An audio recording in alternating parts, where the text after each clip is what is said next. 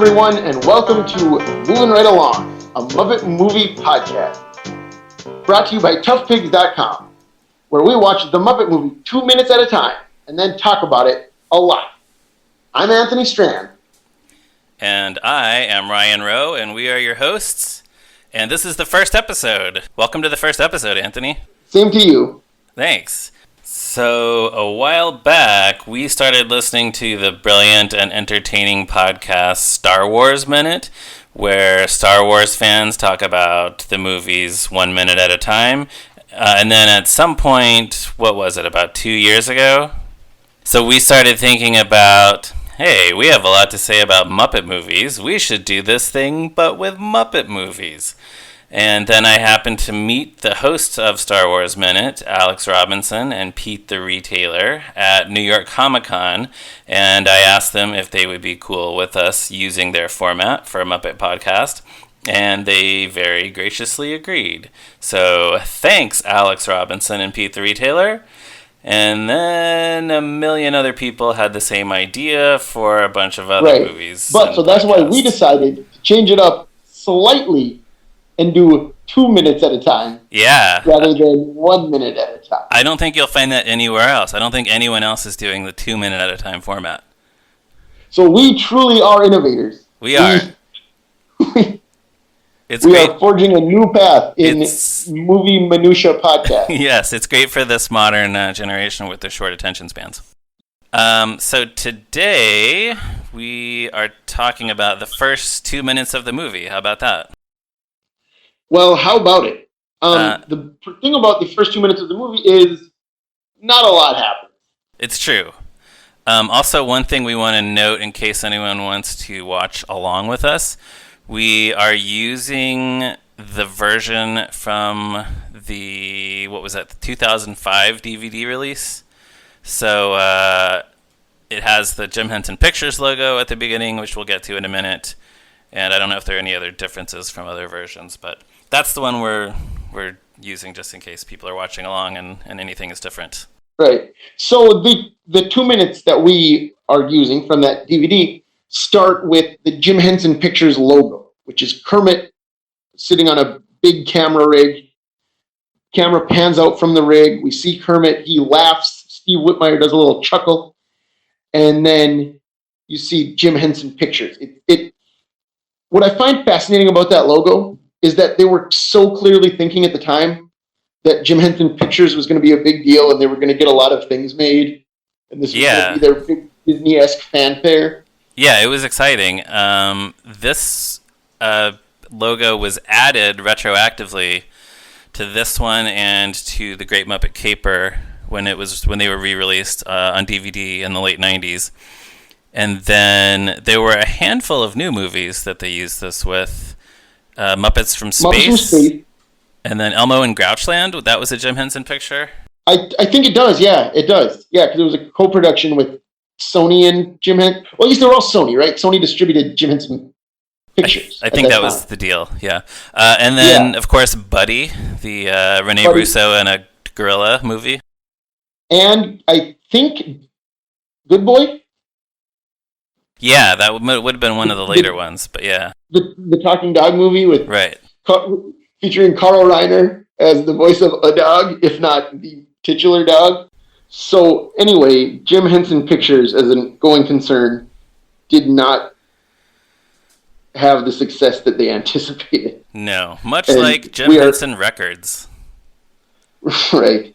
And so we are left with this lovely opening logo at the start of the Muppet movie. So after the Jim Henson Pictures logo, then we open on Worldwide Pictures, a fictional movie studio. Yeah, I guess that's a riff on Universal Studios. I guess so. Yeah, I never thought about it. Neither did I. And we see the Atlas statue, and then we pan down to see Doglion walking across. Yeah, that's a good trivia question. Who's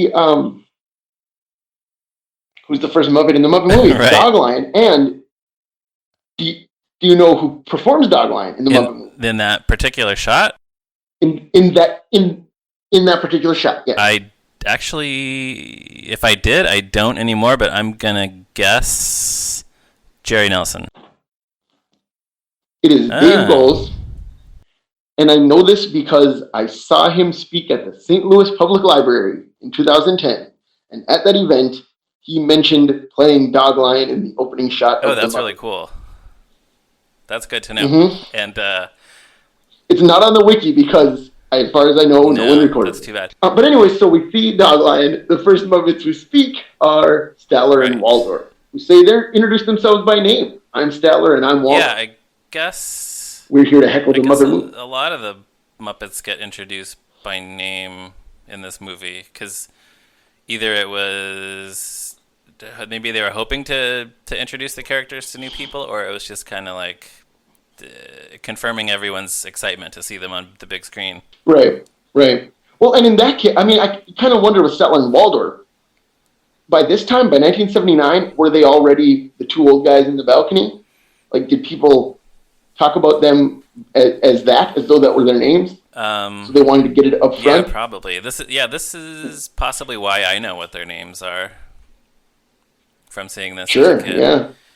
Also, there's that dramatic music cue, sort of triumphant sounding, which Paul Williams has said he ended up writing most of these instrumental cues in the movie because Kenny Asher's wife had a baby while they were working on the movie, so they were going to work on them together, but Paul Williams ended up doing a lot of them by himself, including this one.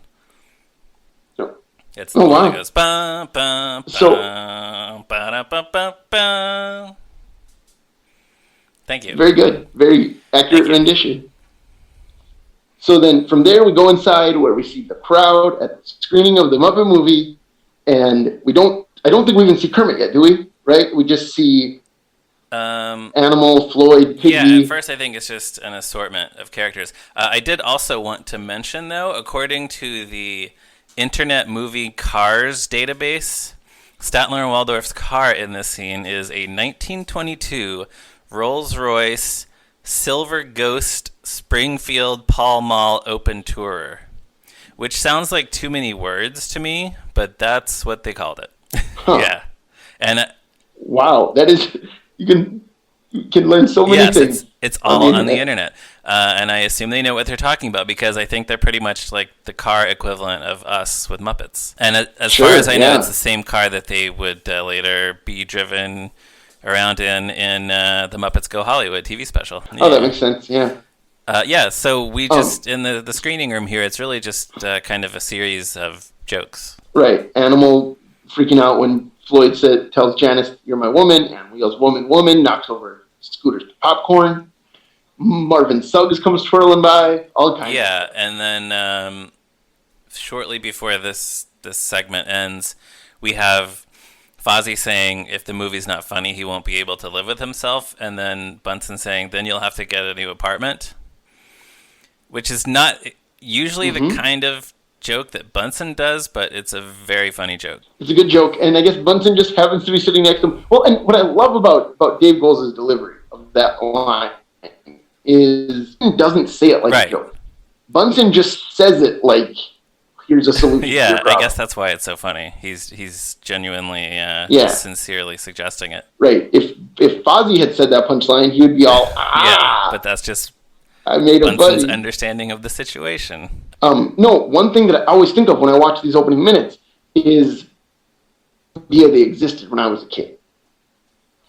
Because my copy of the Muppet Movie was my grandma taped it for us off of a Disney Channel free weekend. And what happened was my grandma saw that the Muppet Movie was on and started recording with like the title, The Muppet Movie. Oh.